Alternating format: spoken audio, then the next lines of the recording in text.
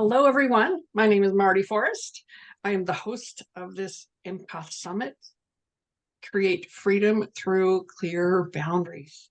That's for anybody who is highly sensitive, empathic, and are kindred spirits who are seeking to unleash your gifts, retain and tap back into your joy, your vitality, and your sovereignty in this world. Meet Mimi. Welcome, welcome. I'm so grateful that you're here.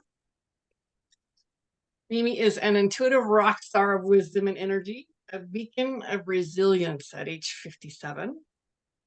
With a life story that reads like an odyssey of triumph over trials, Michele has navigated through a labyrinth of major life obstacles, from the heart-wrenching loss of a child and enduring 25 years as a caregiver for her family to overcoming bullying and abuse. Whew. Despite suffering from PTSD, she stands unbroken, channeling her experiences into award-winning writings that serve as a lifeline for others. Michele isn't just a survivor. She's a holistic realtor who guides life transitions. Her intuitive insight makes her the perfect realtor and a soul guide for those traversing the intricate pathways of change.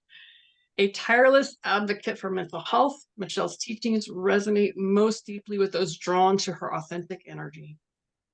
Her generosity towards humanity serves a purpose greater than one might ever realize, creating a powerful tribute to healing the exponentially growing number of wounded souls and their losses. She volunteers her time to end of life. Sitting with the end of life patients is sitting with raw truth.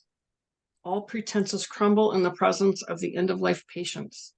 The unfiltered truth remains about life, priorities, regrets, and the imminence of our mortality. It's a space where Michele, through her caregiving journey, has found a profound connection to the core of human existence. Michele's intentions align perfectly in every aspect and dimension to offer solace, guidance, and transformation. Tune in to hear her share her stories and soulful teachings that could change how you navigate life's complexities. Introducing our guest for today, a beacon of wisdom and resilience, an intuitive soul with a lifetime of experiences that have shaped her unique perspective. She's an award-winning author, a holistic realtor, and a passionate advocate for mental health. Please welcome Mimi. Welcome. Rising. So happy Marty. that you're here. I know. I love this nickname you have. It's just such a playful, joyful energy. This is your nickname. There must be a reason that you have this nickname. I've been Mimi most of my life. Actually, before my son got sick, and that kind of like broke me. And just most recently, I've taken back my sovereignty. Oh, so. I mean, it's been 20 plus years that I have never spoke about Mimi. Mimi is life. Welcome back and welcome home. Thank you. So here I am. Marty, thank you so much for bringing this into my space and place. It was really special that you reached out to me. I think we met through social media, and I was talking to someone the other day and they're like, oh my God, you're so strong. Yeah. They're so strong. So the authentic part of me says, you know what? Sometimes I'm really not strong. I'm stronger for other people. Yeah. So the snippets that people encounter on social media are not the panoramic views of anyone's existence. They're just, right? They're just fragments, like curated to resonate with like-minded souls. Finding your tribe in this inharmonious world. Right. Which we found each other. This is how we found each other. It is. I went searching and then whoever resonated with what I sent out and asked, requested, it was purely that resonation. Yes. Yeah. So thank you. Thank you. Absolutely. So Mimi, your journey here is a testament to creating freedom through clear boundaries. And I'd love for you to share how your experiences, including surviving domestic abuse, overcoming bullying, child loss, sibling suicide. Oh, that's a lot of stuff. And being a caregiver for 2 decades contributed to your ability to establish and maintain the boundary. Creating freedom through boundaries. It's been a transformative journey. Each one of those experiences actually can be a lifetime series. For real. No Oh my kidding. goodness. All kidding aside, these experiences have been my greatest teachers. So surviving domestic abuse taught me the importance of fiercely guarding my inner sanctuary. Overcoming bullying reinforced the notion that my energy is so precious. And I've learned to set clear boundaries to protect that energy. My 7 stages of grief have been really instrumental in this process. It not only helped me channel my grief, my loss, my trauma into purpose, but also it taught me how to establish and maintain those vital boundaries that we're talking about around my emotional well-being. Is there a tip that you can share with the people who may struggle with this? Because that's not an easy one to travel and navigate through any of those. But I imagine there's some kind of thread. There's a common thread that goes through all of them. Faith. Faith in yourself, faith in your heart, faith in your soul. Me. But I mean, it's been over 2 decades to come back to me. Process. It's a big process. Yeah. Yeah. The inner thread is the inner sanctuary within us. And I talk a lot about the unalome symbol, which represents the journey that we take in life, the obstacles, the twists and turns, the divorce, the bullying, the trauma, the grief, the loss, all of it until we reach right here, which is peace within our heart. But we're able to go back to those obstacles through this thread that you speak of, more empowered. Absolutely. Absolutely. So thank you for that, because I know that people hear our story and then they go, well, how did that happen? And how did you do that? Because they want to know what's their next step, what's their next place to go, wherever they are on that journey. It touches all of us. Okay, there's no escape. You build a lot of resistance against the energy that I speak of that doesn't sit well with our soul. Because we trust everyone because we're trusting. Right. We adore everyone because we're authentic. We share our truth. It's not a story. It's the real deal. Right. And so some people are triggered by this. Of course. And we see this, like I said, like a lot on social media. Like, oh, she's got her shit together. And no, I don't. Right. A lot of the times we do, but there's times I don't. But you allow it to get together with the toxic energy that is presented. Challenge this, empath. Yes. It's all within our inner sanctuary. It's all within this thread. Yes. Yeah. It reminds me of that spiral that I've seen on Facebook where we're going up. We're never repeating the same thing exactly. We're going up. We're evolving, and we're gathering the tools as we evolve up that spiral. And we do revisit those, what you're talking about on your arm. We do revisit those places. Yeah, we Never do. the same. Never the same. Yes. Thank you for sharing that. You're welcome. Your empathic gifts, they've played a significant role in your life's work, including being an award-winning author, holistic real estate broker, and an ascension alchemist. Oh gosh, that's a big word. Will you share, what is an ascension alchemist? An ascension alchemist. Actually, one of my followers came to me and they're like, Michele, your spirit is ascending. When I hear you, when I listen to you, your tone, your energy is ascending. And I'm like, thank you. I mean, I've had a lot of, like, through the years, using different terminology, but ascension alchemist is my version of what what is beyond the realm. It's a gift. It's spiritually elevated, and more importantly, so for instance, I don't like the terminology death doula.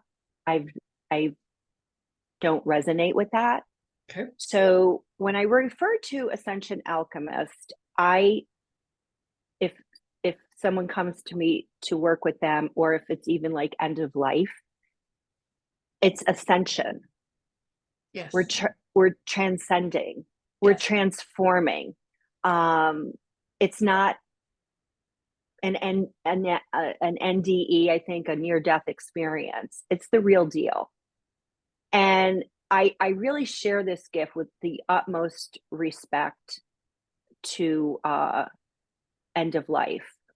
The whole mystery is kind of like channeled through layers of energy spheres, right? Kind of like a topic that I have that remains a vow to secrecy in honor of the loved ones that I have actually transitioned beyond the veil. When I say this, I don't like to share too much. Sure. Okay. But I will Personal share, thing. It's very personal, because when you're working with end of life, I love working with end of life, because they're truth. Sacred time. Oh my gosh. I've been there a few times. It's so sacred. Mm-hmm. So sad and so sacred all at the same time. Yeah. But imagining sitting with end of life, and you're connecting with that thread of them, releasing them, releasing them, releasing them beyond the veil. I don't know how it happens, but I believe that in 1998, when I did this with my grandmother, when I ascended her to the other side, when I escorted her, what I saw is what people that see as near death experiences. Like I was like, what is this? And my grandmother transitioned within 3 hours. And then later I was like, what happened? I was not in this room. My spirit was not physically in this room. So I feel like, because I was very close to my grandmother, that she prepared me for the journey with my son. So at NYU, for those 5 years when my son had cancer, I was going in and out of hospital rooms, sitting with end of life young adults. Yeah. Because we are afraid, like when we are at end of life, we don't know. There's this unknown, there's this fear. So allow me to step in and love you into a space and place where you're never going to feel fear. I just received a message 2 weeks ago from a woman in Canada, April. She saw me on a podcast talk about this experience that I had. and what I do as an ascension alchemist. She goes, I want you to help me with my husband. He chose to transition, death by dignity. He was the first one to receive the injection in Vancouver. Okay. He was the first one to receive it as a dementia patient in Canada, and I had the honor to work with this family for 3 months. It wasn't like the organic process that happens with me doing this, but Yeah. it was quite profound and beautiful at the same time. And she wrote me a letter and she's like, I really just want to thank you for your presence during the time of when I needed help with my husband to transition him. It was pretty like, because it's about a secrecy of how that, happens. It is, absolutely. So speaking of the end of life patients, and clear boundaries are essential here. So how do your empathic abilities enable you to provide solace and create a space for sovereignty in those profound moments? Right. So can you hear my dogs barking? I'm sorry. It's okay. It's not overwhelming. It's not too much.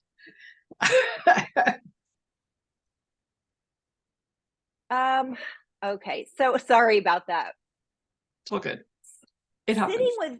It's okay. Sitting with end of life patients is this sacred space where empathy reigns supreme. It's about holding space for their truth, right? Without judgment, creating this environment where they exercise their sovereignty over their final moments. So the empathy allows me to be the companion in their journey, guided by their boundaries.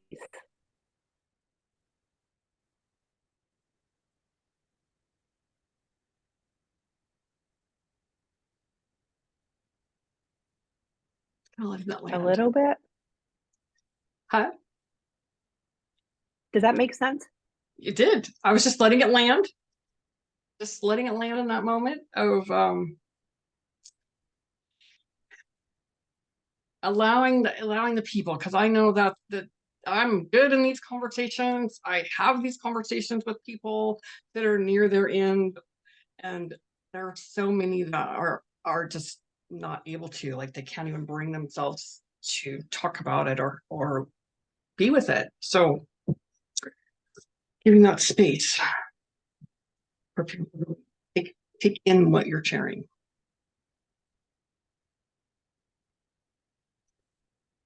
So it's deep. It's deep stuff.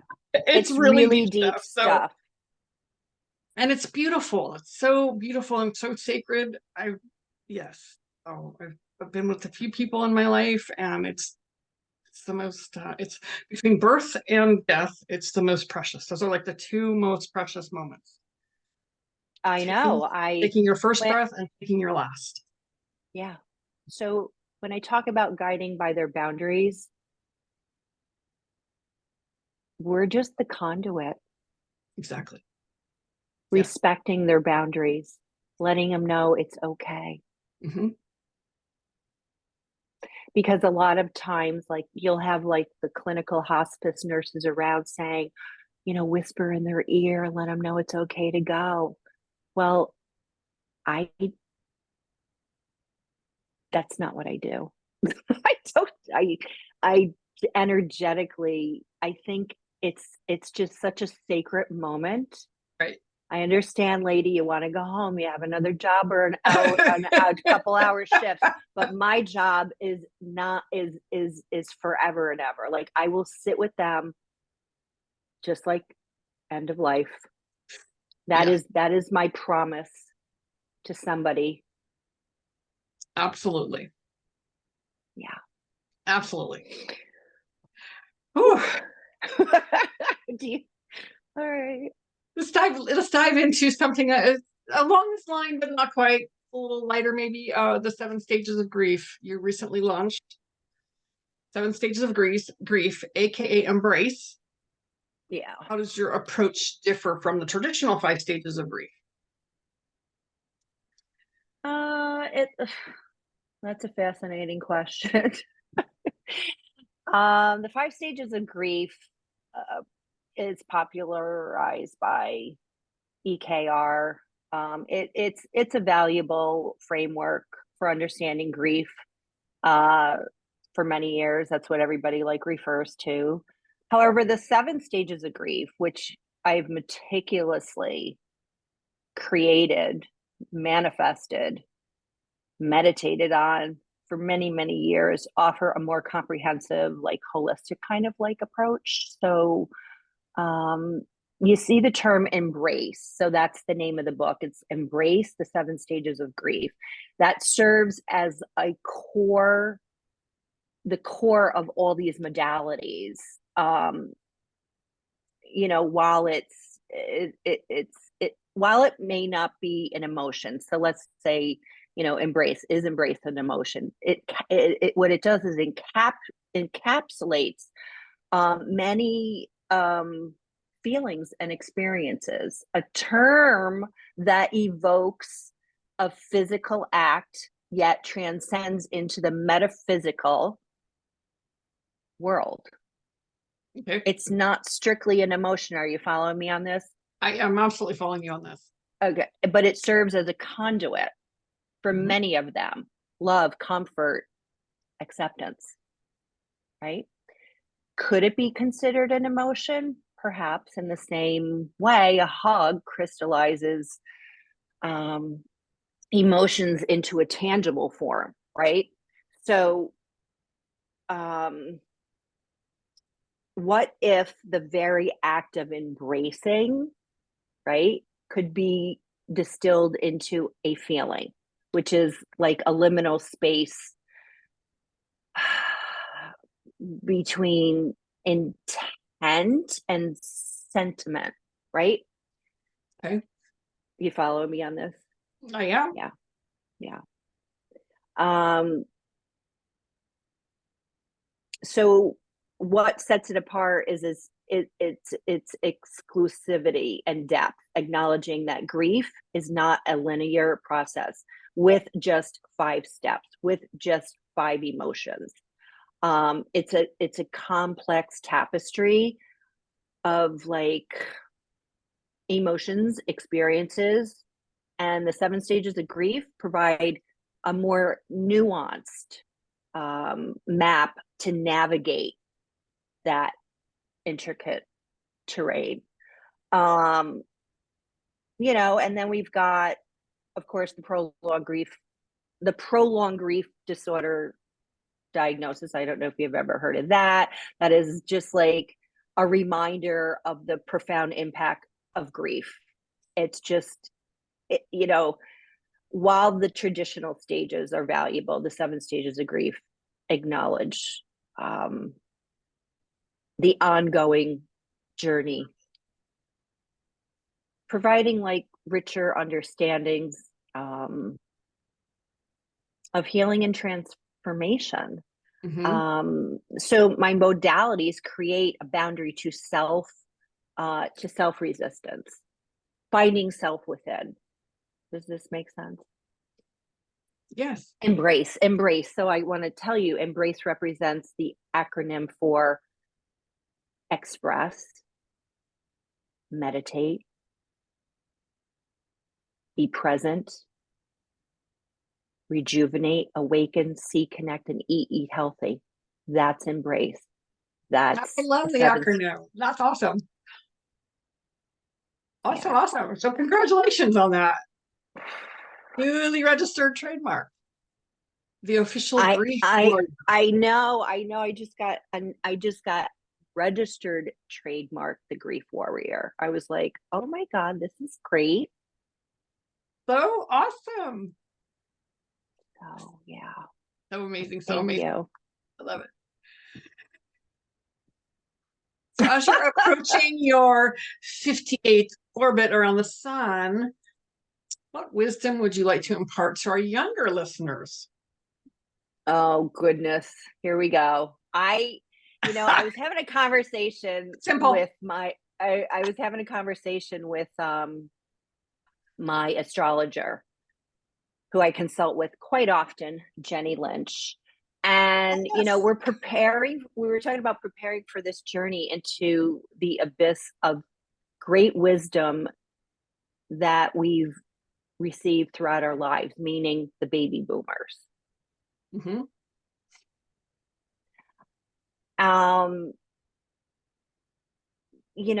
I just feel like it's important I'm not baby boomer yet, but my astrologer is baby boomer, and we talk about this quite often. Talking about embracing stories of life's trumpets and tribulations, and these stories are passed down through generations, and they hold the keys to understanding our shared humanity and finding meaning in our existence. And so to our younger generation, we offer this message. So even though I'm almost there, but I'm not there, I resonate with it. Baby boomers are the legendary artifacts of authenticity. They are the odyssey, I love that word, odyssey, of resilience and wisdom, man. Hello. I mean, come on. Oof. We understand the younger generation's challenges. We really, really do. It's a changing world. But we really, on behalf of the baby boomers, we want them to recognize the value of traditions, ethics, respect for your elders. Yeah. Boundaries. Speaking with grace, where alignment can fill the space in your journey. Baby boomers have come from a diverse amount of life experiences, and they are one of the most effective generals of all time. That's just how that goes. Right. So embrace the lessons of those who have come before you. Yes. For within their stories, you'll find that roadmap to a more meaningful and purposeful life. The pause. I talk about the pause all the time. The pause. Take a pause. Yes. It's learned. It is learned. And I can say, as you're speaking about the younger generation, when I was younger, I did not appreciate the elder generation or the baby boomers the way that I do today. I just wasn't, I was not in that space of being ready for that or interested in that, because I was too busy doing my own thing. So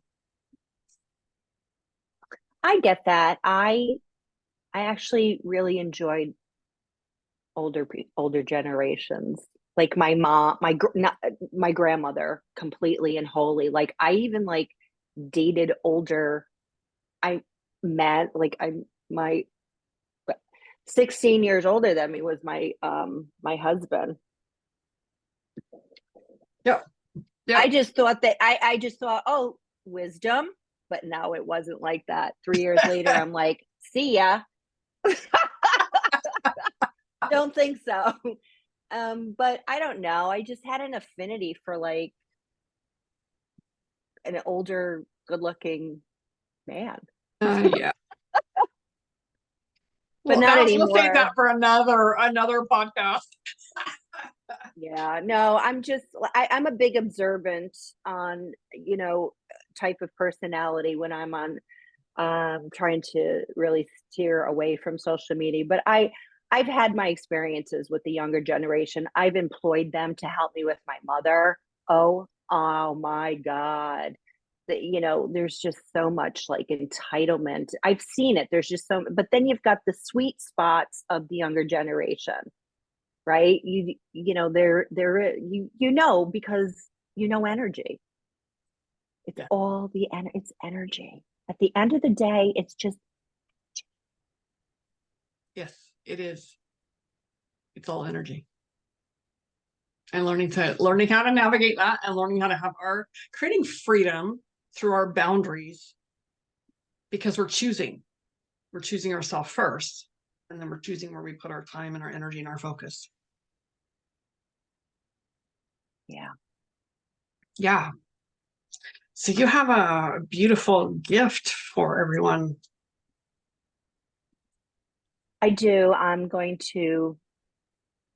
I don't have the physical books, but I'm going to offer the first intro book of my newly launched 7 Stages of Grief Alignment, which is the intro book in a PDF form for anybody that wants to back end me. Just say, hey, I saw your podcast. I'd like a copy of your Embrace book. I'm also going to be launching a masterclass on the whole entire series into one book, which is going to be launched soon, or maybe launched by the time we, are talking or discussing this. And then the masterclass is kind of cool because I've decided to offer it as a certified grief wellness warrior kind of like facilitator. So you could take Embrace and now bring it into communities and share the 7 stages of grief alignment using all of these modalities. And they're not just for loss of a loved one. It's a combination, a culmination of like everything that we've been through in life. It's really interesting. It's a workbook journal. So the Embrace book is actually the intro book. And hey, if you like it, the remaining books are online. You could, have a conversation with me and we can talk about it. They're really, really beautifully written because I wrote them with such intention. It took me like 3 years to write these books. Awesome. So there's going to be a link below. Yes. To get your PDF. And then there will be a way to reach out to Mimi if you would like to have more information, more knowledge about what she's up to next in this grief line of tending to ourselves and embracing. I love that. Embrace to empower. Embrace to empower. Purpose. That's great. Yes. Embrace to empower. Pivot with purpose. Healing it forward. That's what I do. That's what I love that. I love those little phrases that help us to carry on and keep moving. So any final parting thoughts? Yeah, moving with. I never say move on or get over it because those are yucky kind of words. Oh, but no, yeah, very dismissive. Very dismissive, right? So yeah, one last nugget. As we stand on the precipice of Domestic Violence Awareness Month, I just feel the urge not only to voice on this podcast, but also as a registered victim and an advocate, to my message for those in it and still recovering to navigate these stormy waters through intuition rather than fear. Oh gosh, yeah. And I'll illustrate why is because I have finally started discussing Mimi, but a little over 2 decades ago, I was shackled to a job where my boss kind of like morphed into this tormenting monster. I was a solo mom living in a really beautiful community, juggling 2 children with 0 child support. So my sanctuary was labor. And, you know, the intuitiveness back then when I was 30 years old was not so much in alignment as it is today. Oh yeah. My intuitive compass doesn't always falter in these situations for anyone that's in this. You know, let your intuition guide the web. Have faith, and you know, I just want to leave with that thought that the freedom to set boundaries is a radical act, not just a personal triumph, So but radical. it's a collective cry for justice. And we need people to rise to the call to heal it forward. Yes. That's it. Yes, yes. Absolutely. Thank you so much. Woo-wee. All right, when we're all done with this, get up, shake it off, move your body, clear some energy. I can feel it because, yeah, I'm like already moving it. Thank you so much. Remember to get your free gift, her PDF of Embrace, the intro to the 7 stages. My gift in that gift is a lot of energy and only loving, intentional energy written out there. So it's moving with, it's healing it forward. So everything that you read within the between the stories, even my books, it's all with intention and love. Absolutely. Thank you so much.